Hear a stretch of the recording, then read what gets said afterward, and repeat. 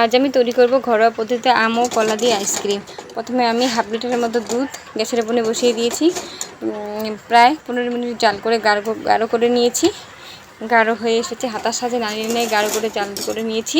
তারপর আমি এলাচ দিয়ে দিয়েছি 2টো, আর আমি ময়দা 2 চামচ আর চিনি 2 চামচ জলে গুলে দিয়ে দিয়েছি দুধের মধ্যে। তারপরে আমি এটা ভালোভাবে ফুটিয়ে নেব। প্রায় 2 মিনিটের মতো ফুটিয়ে নেব।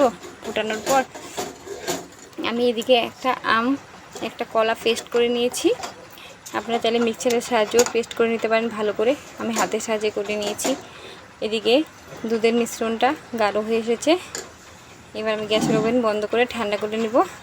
ঠান্ডা করার পর আম ও কলার পেস্টটা 1 বাটির মতো হয়েছে, এটা এর সাথে মিশিয়ে দেব। তারপর আমি মিশানোর পর ঠান্ডা একটা কন্টেনারে সেট করে নেব। তারপর আমি প্রায় 1 দিন ফ্রিজে রেখে দেবো, ডিপ ফ্রিজে।